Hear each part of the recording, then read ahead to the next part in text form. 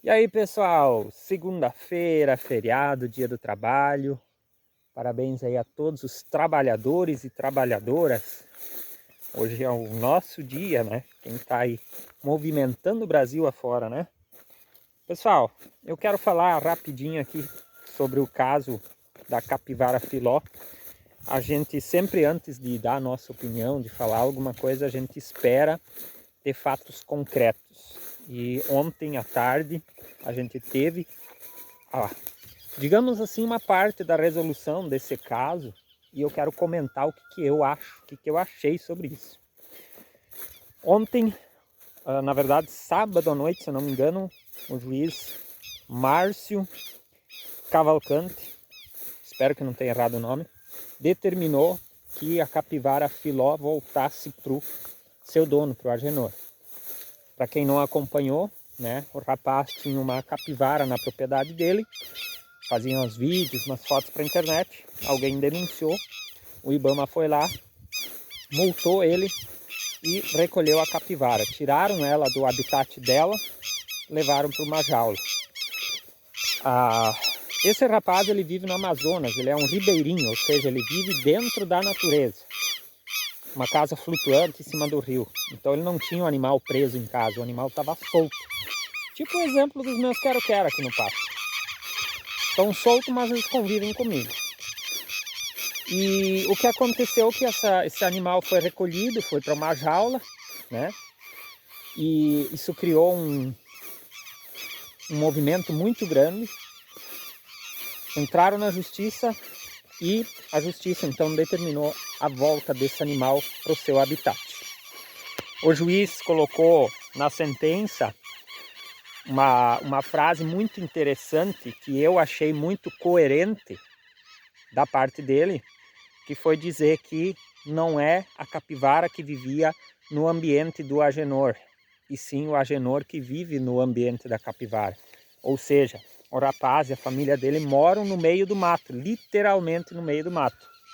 E quando você mora numa situação dessas, que é bem diferente da nossa realidade de agricultura, não tem como você não ficar próximo aos animais silvestres. Não existe, né? A gente aqui está próximo dos quero-quero, a gente aqui tem lebrão correndo pela propriedade, então a gente cria um vínculo com esses animais. E quando você mora no meio do mato e vê como o Agenor pegou a filó quando era um recém-nascido, que foi abandonado pela mãe, e criou esse animal, não tem como se desvincular disso depois. Não é você criar ele até uma altura, pegar, levar 100 km longe de casa e soltar no meio do mato, né? A gente cria vínculos.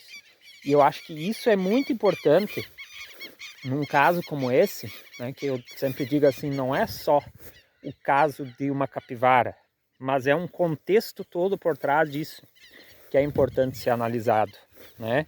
É totalmente diferente se fosse alguém que tivesse uma capivara e morasse num apartamento, numa casa na cidade, é totalmente diferente da situação dele.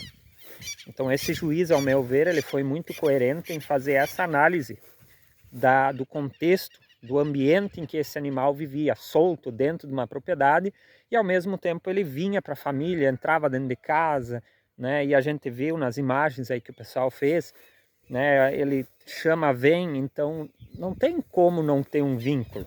E eu acho muito errado você pegar uma situação dessas e comparar com uma situação de maus tratos de um animal preso, de um animal enjaulado, né? Então essa coerência, eu acho que ela tem que estar presente em situações dessas, como essas, né?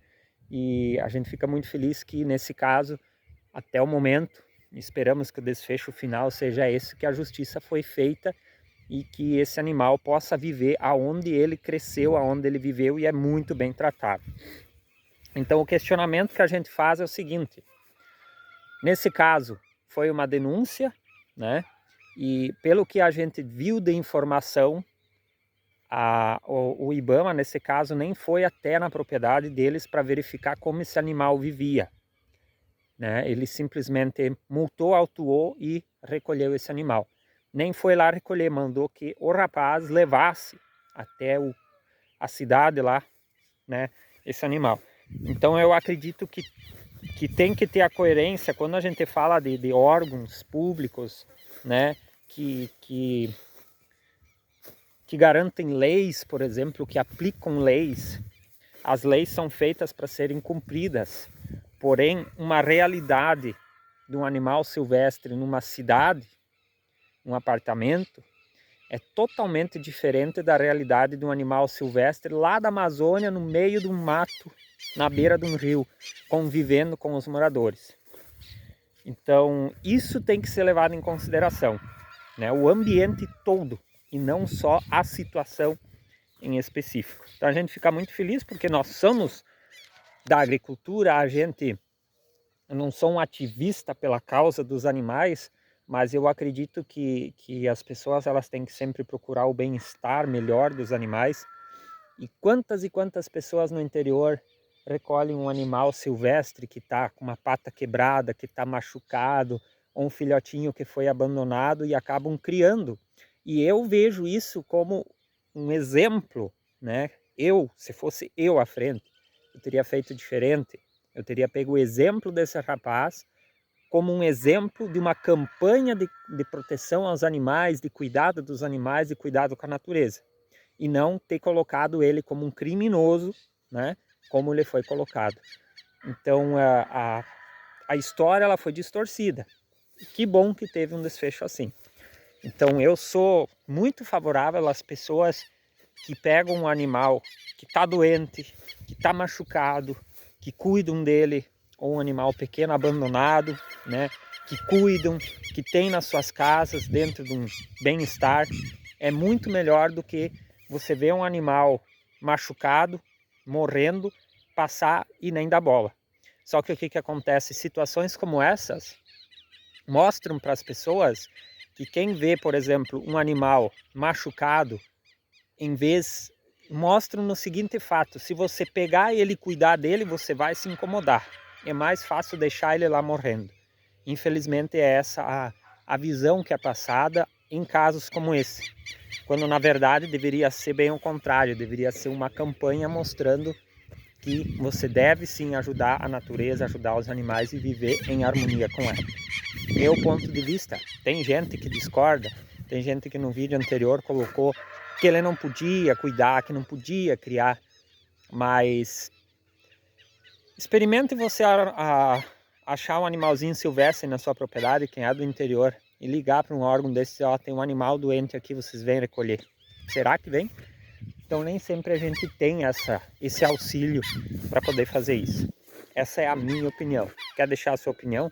Comenta aqui embaixo o que você achou desse desfecho até o momento dessa história e se você acompanhou essa história.